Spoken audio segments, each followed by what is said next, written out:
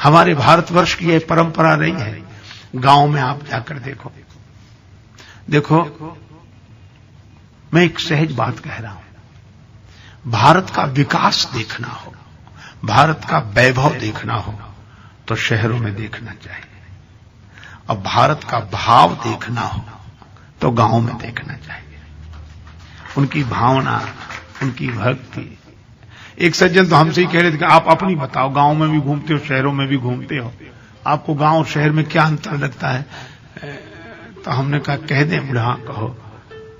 हमने कहा हमारी बात मत समझना, ना अपनी समझना, एक आम बात कह रहा हूं। हाँ बोले आप बताइए शहर और गांव में क्या अंतर? हमने कहा गांव के लोग भिखारी को भी साधु समझते हैं, गांव के लोग भिखारी को भी साधु समझते हैं, शहर के लोग साधु को भी भिखारी समझते हैं।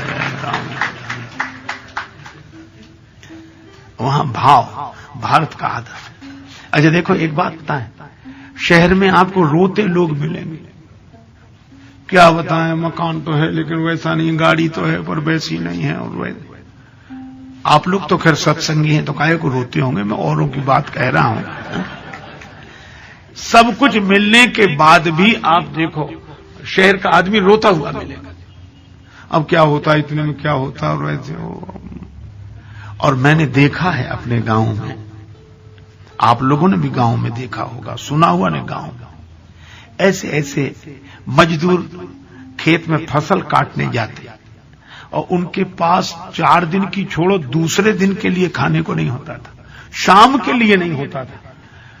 और वो सवेरे सवेरे छोटे छोटे बच्चों को लेकर, गर्मी के दिन, चैत्र का महीना, और बच्चों गीत बन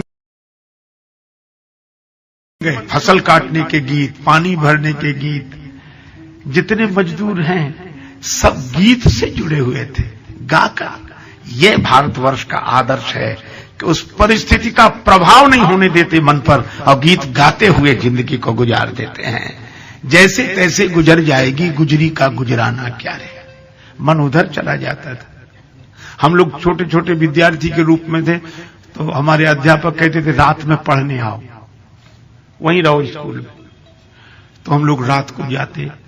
तो हमारे गांव में स्कूल थोड़ा सा बाहर, अब तो गांव बढ़ गया है तो स्कूल गांव में, उस समय थोड़ा सा दूर, तो ज्यादा नहीं थोड़ा बहुत। तो उसमें एकांत हो जाता, रात का समय, तो डर लगता था। तो हम बच्चों ने एक उपाय सोचा कि डर लगता तो क्या करें। बोले जैसे गांव से बाहर निकलो, डर लगने लगे तो गाना शुरू कर दो, और गाते हुए गाने में मन लग जाता, तब तक वो जगह निकल जाती। इसका अर्थ यह है कि गीत से इतना भर दो, गाने बजाने से इतना भर दो, अपनी जिंदगी, जीवन को संगीत बना लो। यही संगीतमयी राम कथा है। जीवन संगीत से, परिस्थितियां ठीक है, अपनी जगह ठीक है। कई बार हम परेशान हैं, तुम्हें गाने की पड़ी है, तो गाने के अलावा कोई उपाय नहीं जिससे तुम्हारा मन का दुख कम हो जाए। और इसीलिए यहां भी भगवान का जन्म हुआ, और जन्म लेते ही सुख से कुछ दिन भी नहीं रह पाए, गुरुजी ले गए राक्षसों को मारने का काम। फिर जैसे तैसे थोड़ा सा मिला कि वन चले जाओ, और वन में खबर मिली पिताजी का मरण हो गया। आगे बढ़े तो सीता जी का हरण हो गया। इतनी प्रतिकूलताएं, लेकिन तो भी भगवान इस बात को सुना कैसे रहे, आपन चरित कहा हम गाई। गाकर माने सहजता से कि ऐसे ऐसे हुआ, प्रसन्नता सहजता से। हनुमान जी चरणों में गिर गए, आप भगवान हैं। क्यों? बोले ऐसी परिस्थिति हमारे सुग्रीव की है, आप दोनों की परिस्थिति एक जैसी है, बिल्कुल एक जैसी है। कैसे? बोले आप अपने छोटे भाई के लिए राज्य छोड़कर आए हो, उसके बड़े भाई ने उसका राज्य छुड़ा लिया। आप भी वन में, वो भी वन में। आपकी भी पत्नी का हरण हो गया, उसकी पत्नी को बाली नहीं छुड़ा लिया। लेकिन हम देखते हैं कि वो इतना परेशान रो रहा है, उसके शरीर में फोड़े ही फोड़े हैं, तन बहु व्रण चिंता जर छाती, और एक आप है, आपन चरित कहा हम गाई। तो बोले हम समझ गए कि आप इंसान के रूप में भगवान हैं, आप भगवान हैं। हनुमान जी चरणों में। देखो राम जी ऐसी परिस्थिति में भी बैठे परम प्रसन्न कृपाला, आपन चरित कहा हम गाई। और भगवान कृष्ण जन्म लिया, अंधेरे में लुक छिप कर आए और रात में माँ बाप के पास रात भर नहीं रह सके, दिन तो जाने तो। जन्म लेते ही माँ छूटे, पिता छूटे और दूसरे गांव में आकर रहे। कहीं जन्म कहीं जन्मोत्सव। और उसके बाद थोड़े बड़े और पालने में ही पड़े थे। पूतना आई मारने के लिए, फिर एक से एक राक्षस आए। इतना ये सब होने के बाद फिर कहा गोकुल छोड़ो, कंस के अत्याचार बढ़ रहे हैं। गोकुल गांव छोड़ना पड़ा। पहले तो जन्म स्थान छूटा, माता पिता छूटे और फिर दूसरे के गांव में लालन पालन पोषण हुआ, दूसरों ने किया। और उसके बाद मारने की चेष्टाएं हुई, जैसे तैसे बचे तो गांव छोड़ना पड़ा। वृंदावन आके रहे, सब ब्रजवासी वृंदावन इकट्ठे होकर रहे। आप देखो उसके बाद भी वृंदावन में श्री कृष्ण क्या करते हैं, बांसुरी बजाते हैं।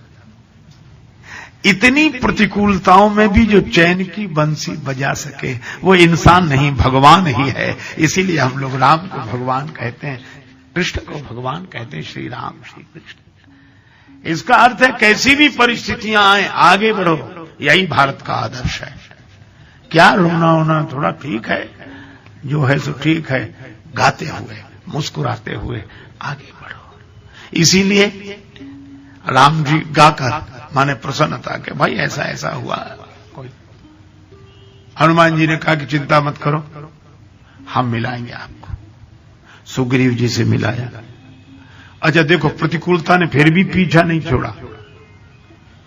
आजकल लोग कहते हैं हम बड़े टेंशन में रहते हैं, बड़े। हमने क्यों? बोले हमारा कोई काम बिना बाधा के पूरा ही नहीं होता, बहुत मुश्किल से पूरा होता, हम बड़े परेशान रहते हैं। हमने कहा किसका काम हो गया? राम जी का हुआ, बिना बाधा के पूरा हुआ हो तो बताओ। सुग्रीव से मित्रता की। अब देखो बाधा की बात करें, सुग्रीव से भगवान ने कहा सखा सोच त्यागो बल मोरे, मेरे बल पर निश्चित हो जाओ। बाली के कारण तुम दुखी हो, मैं बाली को मिटाऊंगा, तुम सुखी हो जाओ। इतना भरोसा दिलाया, अपना मानकर ही तो दिलाया। अच्छा मिलाने वाले हनुमान जी हैं तो उन पर भरोसा किया और उन्होंने मिलाया। और जिससे मिलाया, जिसके लिए प्रतिज्ञा की, वो कह रहा ठीक है जब आप करोगे तब मानेंगे, अभी तो हमें समझ में नहीं आता। लक्ष्मण जी ने कहा ये तो भरोसा ही नहीं कर रहा है, और आप भरोसा दिला रहे। भगवान ने कहा ज्यादा दुखी है, शायद मान जाएगा। कैसे? बोले परीक्षा दे देंगे तो मान जाएगा। भगवान ने परीक्षा दे दी। अच्छा उसके बाद भरोसा हो गया, बाली बधाओ इन भई प्रतीति। अब मित्र ही ऐसा व्यवहार कर रहे, जरा ये तमाशा देखो। विश्वास होगा कि मार डालेंगे बाली को, तो कम से कम भगवान को धन्यवाद बोलना चाहिए कि नहीं? प्रसन्न हो जाना चाहिए कि अरे प्रभु अब हम प्रसन्न हो गए, अब हमें भरोसा, अब आप मार डालेंगे, अब हम निश्चिंत हैं। अरे आपकी बड़ी कृपा, आपकी बड़ी कृपा, आपकी। राम जी सोच रहे थे यही कहेगा ये, लेकिन कुछ ऐसे विचित्र लोग होते हैं जिनके मन की भगवान तक नहीं जान पाते, औरों की कौन कहे। राम जी ने इतना किया, उसके बाद बोला क्या सो सुनो। सुग्रीव जी क्या बोले? भगवान ने कहा कि अब तो प्रसन्न हो जाओ मेरे मित्र, अब तो निश्चिंत हो, अब तो। सुग्रीव जी बोले किससे? कहा अपने शत्रु से। अरे काई शत्रु मित्र दुख सुख संसार में भासते हैं, यथार्थ में है नहीं, सब सपना है। बात बड़ी ऊंची कर रहे हैं और बात सच्ची कर रहे हैं। कई बार लोग कहते हैं वो गलत क्या कह रहे हैं, वो गलत क्या कह रहे हैं। हमने कहा वो तो गलत नहीं कह रहे हैं, पर आदमी तो गलत है। वो सच्ची बात भी गलत आदमी का है। तो सुग्रीव जी बात तो सच्ची कह रहे हैं कि सुख दुख शत्रु मित्र ये सब प्रातिभाषिक सत्ता है, इनकी पारमार्थिक सत्ता नहीं है, भासते हैं नहीं, बात सही कह रहे हैं। लेकिन इनसे पूछो कि थोड़ी देर पहले जब तुम रो रहे थे तब संसार सपना नहीं था? परिस्थिति अनुकूल होते ही संसार सपना, और परिस्थिति प्रतिकूल होते ही संसार सत्य। दूसरे का अपमान हो तो संसार सपना, अपना अपमान हो तो संसार सत्य। भगवान को हंसी आ गई। कब बाली तुम्हारा शत्रु है? नहीं, बाली तो हमारा परम हितैषी है। पूरा इलाज ही उल्टा हुआ, अंदाज कुछ था कुछ हुआ। कई बार अंदाज उल्टे पड़ी जाते, भगवान तक का अंदाज उल्टा हो गया। उनको अंदाज था ये प्रसन्न हो जाएगा, उन्हें क्या पता कि ये परेशान खुद होगा और हमें भी करेगा। एक आदमी को कम सुनाई पड़ता था, पुराने जमाने की गांव की घटना, मशीन थी नहीं, इसलिए एक लड़के को ले जाते कि वो सामने वाला कुछ बोले तो तुम जोर जोर से बताना कि ये क्या कह रहा है।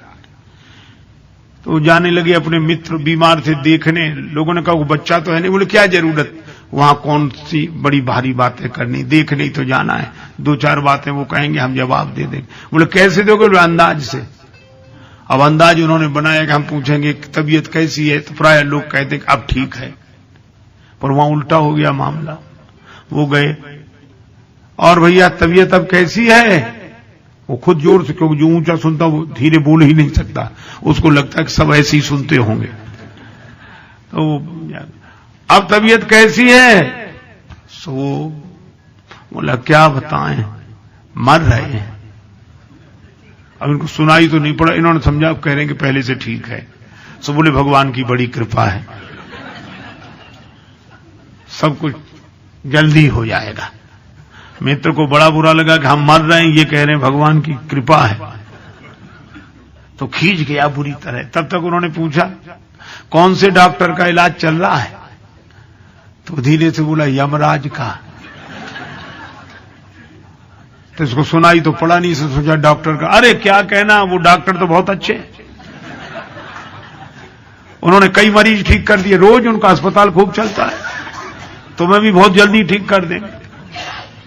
अब उस मित्र को और बुरा लगा, तो कहा खाने को क्या बताया, तो और ज्यादा नाराज हो गया। तो बोला पत्थर।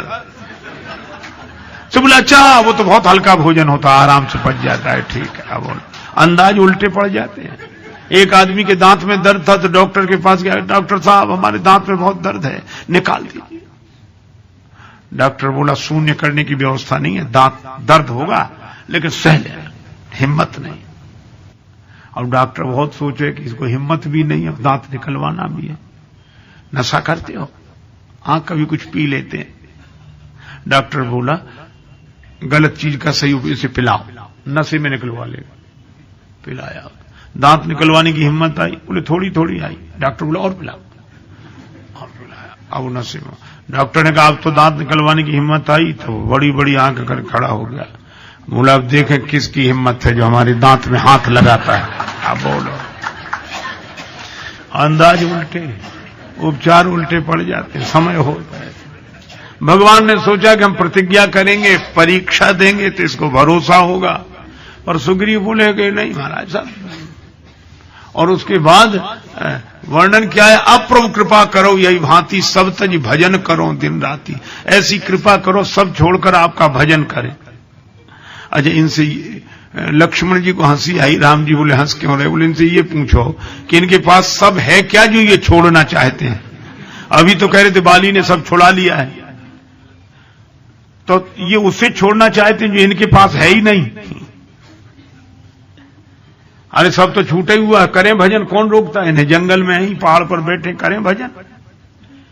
पर भावना ये है कि पहले दिला दे तब तो छोड़ेंगे। वो एक वकील बड़े प्रभावी आदमी थे, से एक आदमी गया कि हम तलाक लेना चाहते हैं, तो तलाक के लिए आवश्यक शर्त क्या है, तलाक के लिए आवश्यक शर्त क्या है। तो वकील बोला शादी, पहले शादी तो हो तब तो तलाक हो, अब शादी नहीं तो तलाक कैसे। कुछ लोग सोचते हैं कि छोड़े तो फिर पहले मिले तो, सब तज भजन करो दिन रात। भगवान हंसकर बोले ठीक है ठीक है, पर हमारे यहां जो सगुन विचारने की परंपरा है, कहते बायां हाथ फड़के तो ये सगुन और दायां हाथ फड़के ये जो कुछ भी है। लेकिन मैं केवल इतनी सी बात कहता हूं कि राम जी की दोनों भुजाएं फड़की, फरक उठी दो भुजा विशाला, सुन सेवक दुख दीन दयाला, फरक उठी दो भुजा विशाला, दोनों भुजाएं फड़की। इसका अर्थ यह था कि अनुकूलता ही अनुकूलता नहीं, कुछ अनुकूलता भी होगी। और कुछ प्रतिकूलता भी होगी, ये फिट भी बैठेगा और नहीं फिट भी बैठेगा। तो आप देखो सुग्रीव बदले कि नहीं। लेकिन फिर देखो भगवान ने कहा कि जाओ बाली से लड़ने जाओ। बाली को ललकारा, बाली आया गदा लेकर। राम जी देख रहे थे, कुछ नहीं बोले। बाली ने सोचा सुग्रीव की यह हिम्मत, हमें ललकारे। तो जरा देख रहे ये वही सुग्रीव है कि दूसरा बदल कर आया है। बाली ने एक मुक्के का प्रहार किया, तब सुग्रीव विकल हुए भागा, मुष्टि प्रहार वज्र सम लागा। मुक्का लगा, आया दौड़ता हुआ आया। महाराज आपने मरवा डाला, और इसीलिए कहा था कि आपके बस का नहीं। वो तो हम अपनी कला से बच गए, भागने की कला में कुशलने से बच गए। नहीं आपने तो कोई कसर रखी नहीं, आप तो देख रहे थे, क्यों नहीं बाण मारा। और राम जी ने और अद्भुत बात की, व्यंग देखो भगवान की, व्यंग की शैली कितनी सुंदर है। कहने लगे भैया सुग्रीव हम बाण तो मार देते, लेकिन हमें भ्रम हो गया। एक रूप तुम भ्राता दो, ते भ्रमते नहीं मारे सो। उस भ्रम से नहीं मारा, हमें भ्रम हो गया। तो दोनों एक जैसे हो, इसलिए हमें भ्रम हो गया। सुग्रीव हाथ जोड़कर बोले प्रभु काहे को व्यंग करते हो, आपको और भ्रम हो सकता है। तो भगवान मुस्कुराकर बोले सुग्रीव जब तुम जैसों को ज्ञान हो सकता है तो हमें भ्रम भी नहीं हो सकता है। तुम्हें तो इतना ज्ञान हो गया था कि सब सपना है, सब सपना। अब कहां गया वो सपना। इसका मतलब है तुम ज्ञानियों की भाषा बोलते हो, पर तुम ज्ञानी हो नहीं, ज्ञान की स्थिति नहीं है। अब कौन लग रहा है बाली तुम्हें परम हितैषी। नहीं महाराज, मैं जो कहा रघुवीर कृपाला, बंधु न होए मोर यह काला, ये मेरा काल है। चलो भगवान ने कहा आप जाओ, और वो परिस्थितियां ठीक हुई, सुग्रीव को राजा भी बना दिया। भगवान ने कहा कि अंगद को युवराज बनाया, सुग्रीव अंगद के सहित राज्य करना, पर उस कार्य को याद करना जिसके लिए जन्म हुआ है, या हम तुम्हारे पास आए हैं उसको याद रखना। हाँ आप आराम करो, हमें याद है, हमें याद है। याद क्या है, 6 महीने रहे भगवान प्रवर्षण पर्वत में। सुग्रीव एक दिन पूछने नहीं गए कि हाल चाल ठीक ठाक है कि नहीं है, न पूछने जाते, किसी से पूछवाते। अंत में राम जी को कहना पड़ा सुग्रीव सुधि मोर बिसारी। बाधाएं देखो, आप एक बाधा की बात कर दी, कितनी बाधाएं जिनके लिए कलंक सहा भगवान ने बाली को मारकर, और उसी ने भगवान को भुला दी। बड़ा क्रोध आया, मार डालूंगा उसको, मेरे पास बाण है जिससे बाण बाली को मारा है। लक्ष्मण जी हंसे कि चलो खुशी इस बात की आपको क्रोध आया, तो आता ही नहीं था, लेकिन आप मार डालोगे। हाँ जरूर। बोले कब मारोगे, बोले कल। लक्ष्मण जी बोले इसीलिए तो हंसी आ रही कि क्रोध आ जा रहा है, मारेंगे कल। तो कहो तो हम आज ही मारे आए, कल का काम आज ही करें। भगवान ने समझाया मारना नहीं, डरा देना, पर उतना ही डराना कि भाग न जाए, यहां आ जाए। भय दिखाई ले आवहु तात सखा सुग्रीव। उसके बाद देखो सुग्रीव आए तो आते ही अपनी